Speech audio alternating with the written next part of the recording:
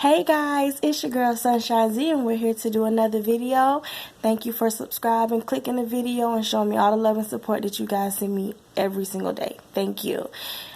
This is a review. Now, when's the last time I did a review? I don't think I did a review in quite a while, so bear with me because I do have my notes. But y'all know I couldn't miss this one. So tonight, the episode of Iyanla Fix My Life aired, and it was on former reality TV star from Love and Hip Hop Hollywood, Hazel E. Now, just in case any of you are not aware, last year Hazel E got her ass roasted online due to some comments that she made. She had gotten into it with a few of her castmates, Moniece and I think Mosquito and a few others who she's always getting into it with, but it also spilled into other people like comedian Just Hilarious, and I think Just Hilarious had made some slick little comment about her boyfriend at the time, Rose Burgundy, and they just went bananas, and just took it too far. Went so far as to saying gays should all burn in hell like the Bible says, and these dark monkey butt ass girls, they're mad because I'm light skinned and pretty, and just typical stupid ass bullshit that people teach their kids or whatever. And the internet ate her ass up. I admit I was a part of the committee of going against her because I felt like she had shit fucked up, and I did not agree with her talking about all gays should go to hell, because you basically saying I should just go to hell too, and I'm a black woman that's not light as you and stuff, I'm not light skinned, so bitch, you got me fucked up. So I went on ahead and I actually even went so far as to writing, like DMing Mona Scott, like, listen, if you keep her on the show, I am not watching that show because I'm not finna support nobody doing that. But anyway, that's just to catch all up on it. So after all of that backlash, Hazel E was fired from Love and Hip Hop Hollywood, and she did not return for that next season. I believe she's trying to come her ass back for the season that's going to be coming up. So that's why she's doing this whole damage control shit by going on Iyanla and telling her story. So we'll all feel sorry for her and let her ass back on TV. And I'll let y'all know how I feel towards the end. So anyway, that's pretty much how the show opens up, with all these nasty ass little tweets and stuff that Hazel was sending out or whatever. And then, let's see, Hazel's mom comes in first. So Iyanla actually starts speaking with Hazel's mother first. And Hazel's mother just gives me this whole, like, bougie as hell vibe, like, I'm pretty, you're not. And she looks like the type of person that will tell their child, you're beautiful and you're light skinned, and they're going to be jealous of you, just like Hazel says she is. But anyway, she comes and she's just basically to me trying to keep up this facade, like, she really doesn't know who this Hazel E is, but she knows her daughter Erica is a good girl, she's a sweet child. She also tells us that she actually got pregnant with Hazel when she was 17, just like I did, and that her father forced her to marry Hazel's dad. Even though she was not in love with him, she did not want to be with him, and had it not been for her getting pregnant, she would not have married him. But back in them days, your ass got pregnant, you had to get married because that would just shame your family or whatever. So anywho, they get married or whatever. Shit wasn't good. He ends up dying in a motorcycle accident, and she ends up getting with this other guy, and I think he was like in the army or whatever. So right there is pretty much what we're wrapping up with her. I may miss some stuff, but that's pretty much what we're wrapping up with her. Then, she's gone. Now Hazel comes in. So Iyanla talks to Hazel about the different things that she said, and Hazel basically explained it as, I was not talking to all black women or all dark-skinned women or all gay people. I was simply talking about the people that were bullying me, in my opinion, and making things hard for me and coming at me. And to be honest, I don't think she initiated it. I think it was Jess who said something slick about Rose Burgundy first. However, it doesn't matter if Jess actually did say that first, because the truth of the matter is, Hazel, sorry you guys, I didn't like how there you go. All right. Hazel, you and Rose Burgundy, y'all took that shit to a whole nother level. So I understand when you was trying to say that. And she did admit that she took some cheap shots. She was like, there was some cheap shots. It was shit I was trying to use to hurt them, because people had said, similar things about me being too light-skinned or whatever to hurt my feelings. And in that case, I understand, because when you are in war, you're battling, you're arguing with somebody, you gonna say whatever the fuck you think of when. That's just like if you arguing with a fat girl and she roasting your ass down and you really ain't got shit to say. You gonna pull the cheap card, which is your fat ass. You know what I'm saying? Same old bullshit. But what for me, I felt like she took it too far was when she went to saying, oh, all gays need to burn in hell like the Bible said and all this shit here. Because I'm like, if you mad at them people, stay mad at them people, roast the shit out of them people and what they do individually. Don't sit there and say all these different things, because now, like you said, you done offended two different groups of people, and they're not the ones you want to fucking they're not the ones you want to piss off, because they got a whole lot of buying power and social media power, and they do not quit. I'm a part of both of them, so trust me, I fucking know. But anyway, we're moving on from that. Let's see. All right, so then she tells Iyanla that her mother was being abused. So the guy that her mother ended up getting with, I guess the guy that was in the army, he was abusive towards Hazel and her mother. He was beating the shit out of Hazel and beating the shit out of her mama, and the mama couldn't save her because hell, she couldn't save her goddamn self, and she had to basically just keep quiet about a lot of the things due to the fact that her mother wanted to keep this image up as if everything is okay. I have it going on, you know. That's how it was. It's like back in them days, is what happens in my house stays in my house, you know what I mean? And so all of that combined with Hazel also being molested. Now, she was molested by two girls who were, I'm assuming, maybe like babysitters that were trusted to watch her, and she was molested by them. And she says that when she told her mother about being molested by them, they were two dark-skinned girls too, by the way, when she told her mother that she was molested by them, her mother basically was like, just push that shit under the rug. We ain't talking about that. Just let it be. And I want to go there for just a second, because that happens a lot. And it definitely happened a lot, especially back in those days, even to this day. But back in those days, a lot of shit was going on, and the thing was, what happens in my house stays in my house. You better not tell nobody, whatever, da da da. And to a certain extent, I do agree with that, seeing that I know how DCF and all those people work when they try to come in and take kids, especially kids that don't need to be motherfucking taken. However, if a child is being hurt, if your child is being mistreated, beaten, hurting, is something that could cause them to end up dying or hurt themselves or fuck up their mental health, ain't no motherfucking don't tell nobody. Ain't no keep that shit inside. No, fuck all that. Because come to find out, her making Hazel keep all of these different things that's going on to her inside just made it to where Hazel now gets to the point where she wants attention, because it seems like her mama wasn't giving her the right attention. So now she wants attention. She gets her ass on national TV. She's talking all this shit. She's saying all these nasty ass devilish things, talking about dark-skinned women this, dark-skinned women that. And I understand that too, because like we said, we go back to this whole South thing, and you know, I hate it now, especially with the shit I'm going through, but we're going to go back to the South. I relate to that with the mama and the whole life. I understand that, because I was, for the first 7 years of my life, I was not with my mother. I was not raised by my mother the first 7 years. Like, my mama was like a co-parent type of thing, but she did not abandon me or no shit like that. But my mama worked a lot. She's always been like a workaholic type of person. And so my babysitter, who turned into being my godmother, was willing to keep me and stuff like that. And so, you know, if you're a young person, you think, you know, this person's taking good care of your kid, you gonna let them stay. So from the time I was like a 6-month-old baby till I was 7 years old, when I had to leave, that's where I stayed, okay? I was with my godmother, and I was physically abused. And I don't care who sees the video. I don't care who don't like the video. I'm going to tell the truth. I was physically abused. I got my ass beat no matter where I was, whether it was church or anywhere. It didn't matter if somebody lied on me. I still got the shit beat out of me and yelled at and every fucking thing else.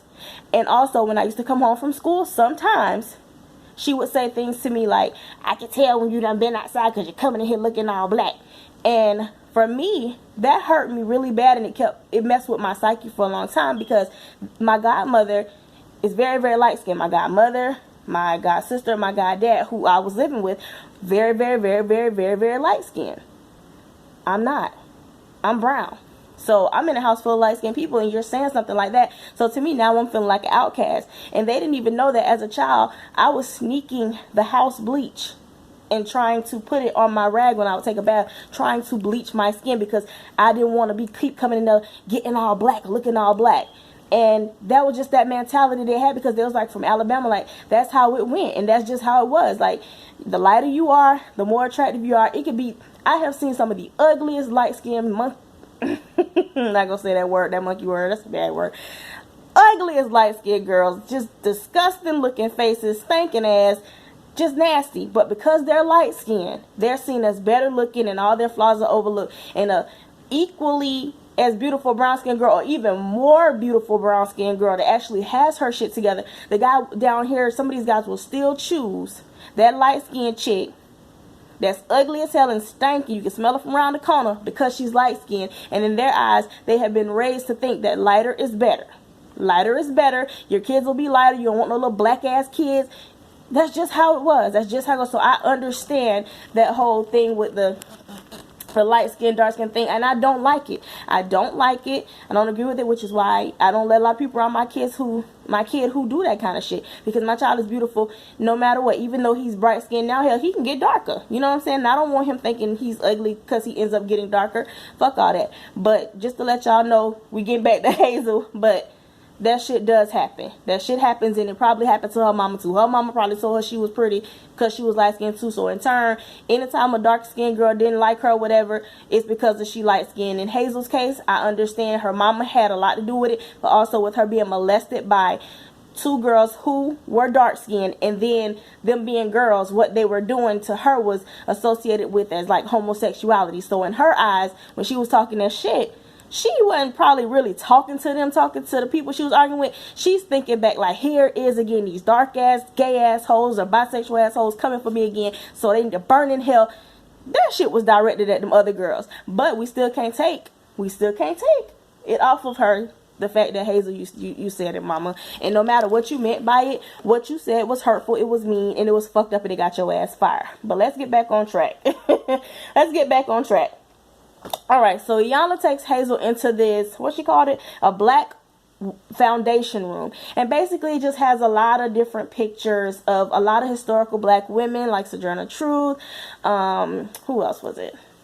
Who else? Let me make sure. Rosa Parks, Pearl Bailey, Dorothy Dandridge, Harriet Tubman. A lot of women who have done a lot for culture, especially black culture, and for women, period. And she was asking them, did she know certain ones? She only knew a couple of them.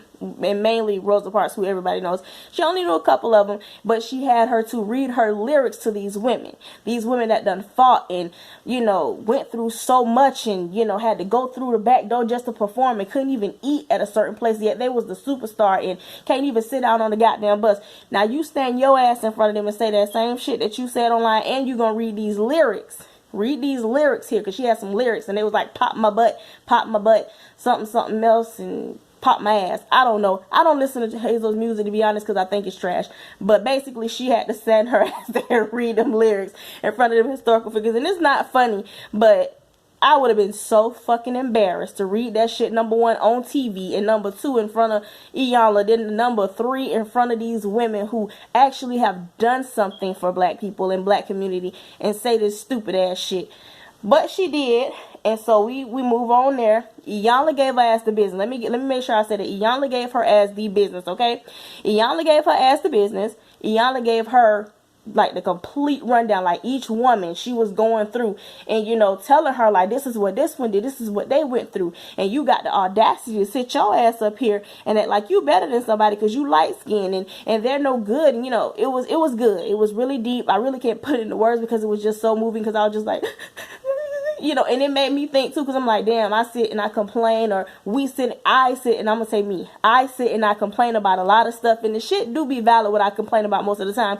But when I sat down and realized what those women went through, some of them couldn't even march, some of them couldn't even love who they want to love in public, I felt like, damn, I gotta be more appreciative. Stop complaining about stuff that, you know, ain't as bad as how it used to be. It's still horrible. It's still got a lot of work to be done. But we have come a long way. And if it wasn't for a lot of those women and men that came before us, you know what I'm saying, we wouldn't be here. Just like I had to tell myself to stop saying, oh, it ain't the 60s, it ain't the 40s, bitch. Yeah, we ain't our ancestors, blah, blah, blah, blah, blah. Yeah, I know we're not our ancestors, because our ancestors boycotted. Our ancestors took their asses down economically and got the shit right. We too busy want to still buy the shit and still spend our money there and prove we got money to spend money in places that we not wanting. But we not going to go there. Let's get back on Look, let's get back on topic. Okay, so after they go from there, let's see. All right. We go back, and now we have Hazel and her mother there. So basically, Iyanla's just giving her mama the business and getting some information out of Hazel. When it comes to the point of Hazel saying that they had to move a whole bunch of times just to hide from the stepfather because he would keep finding. So in the middle of the night, they were always moving. The mom was like, oh, no, we only moved like one place here. Then we moved another place. Girl, then we went to a condo. We was moving on up to the east side. So it really wasn't that bad. Bitch, no, it wasn't. Your ass was moving because you was scared you was hiding, but you don't want to be embarrassed. And that's your fucking problem right there. That's why you done created that monster in your daughter. A lot of that shit Hazel got going, her mammy incubated that shit. Her mammy really fucking incubated that shit. But, okay, the main thing that I want to go to was the mom claims to not remember when Hazel told her she was molested. How the fuck you don't remember when your 5-year-old child tell you molested? Bitch, that's some shit I'm gonna remember. I'm always remember. I'm remember who the fuck did it. And if the motherfuckers are grown and old enough, I'm killing them straight like that. If the little fuckers are 18 or older, they shall die, period. If they're younger, unfortunately, you just gotta find another way to do it. Beat their motherfucking ass. How about that? But anyway, she want to pretend like she don't remember. Then she's like, oh yeah, talking about those girls. Oh yeah, I honestly just forgot about it. How the fuck you forget somebody violating your child like that? This is why this girl get her ass on TV and show her ass like this. You forget? How the fuck you forgot? You forgot because you wanted to. You did not want to remember because you did not want this little image that you painted to be tainted. And that's real fucked up. She needs some mental fucking help. She really, that mama, she just got on my motherfucking nerves. And like Iyanla said, she likes to diminish and dismiss. And a lot of times when Hazel tell her stuff or come to her about stuff, it's like she dismisses it. And you know, it's just out of there. And that's real fucked up. I hate that. But we're going to keep moving on. So at the end, Hazel basically just go ahead and admit that what she was doing was real fucked up. And what she said was real fucked up. And she really didn't mean it. She was just mad at this, that, and the third. And she had not handled and processed her being molested at such a young age and things of that nature. So they wrap it up and they bring these actresses in. And they bring the girl that played Ronnie from the Players Club. Her name is Crystal Wilson. They brought Rashan Ali, who's an actress. They brought Estelle, who's an amazing singer. I love her music. And Raven Goodwin. Raven Goodwin played on Good Luck Charlie as the best friend to Charlie, big sister. I love her. But anyway, they brought them in. They basically just was telling their stories about the things that they went through and, you know, how it was for these growing up dark skinned, these growing up light skinned. So it's like everywhere we go, light skinned and dark skinned black women have suffered. The light-skinned women are told they too light. They almost white. They ain't black enough. The dark-skinned girls are told they too dark and all these other things. So it's like we're all, you know, just kind of suffering and dealing with these things. And it made me realize, you know, we should be a little bit more sensitive to each other because what you may feel like is great for you or great for them, they could be dealing with some whole nother shit that you don't even realize. Yeah, all the boys like them, but, you know, what if they're being just used for sex objects or they're just lusting after them? They don't really care about them. So what I took from it was, I think Hazel did learn something. I think she did take it serious. I hope that going forward she will be better. My heart did soften just a little bit for her because I realized that she was kind of like that still 5-year-old girl trapped in that body and hadn't got through it. But as a grown-up, Hazel, your ass still knew better. You still shouldn't have said it. You knew you was dead ass wrong. And when you got called out on it, you did a fake ass apology. That's what ultimately got your ass kicked off or whatever. But I do think that this was a learning experience for Hazel. Losing that money will wake anybody up. Trust me, I know. But I think Hazel did learn something from this. And I hope that she moves forward and becomes the person that she wants to be. I wish her the very best of luck. I think she should go and apologize sincerely to each of those women. And, you know, just keep taking strides to go forward. And hopefully, you know, maybe you can get back on TV, loving hip hop. But you got to really mean your apology. And you got to really mean it that you changed. And, you know, we will welcome you back. And, you know, over time. But Hazel, you know, you really did fuck up. And that was very hurtful, the things that you said. But that's pretty much all I got for it. It was a very good episode. I did enjoy it. I did notice that Hazel was a wee bit lighter than I remember her. So it looks like she's still bleaching. But hey, if it make her happy, I don't give a shit. Anyway, that was it for that. Y'all tell me if y'all watched it, how y'all felt about it. Did you guys like it? Did you not like it? Do you think she's really sorry? Or that hoe just trying to get her coins back? Y'all let me know in the comments. I love you guys so very much. Please make sure to like and subscribe, and I'll talk to you later. Bye!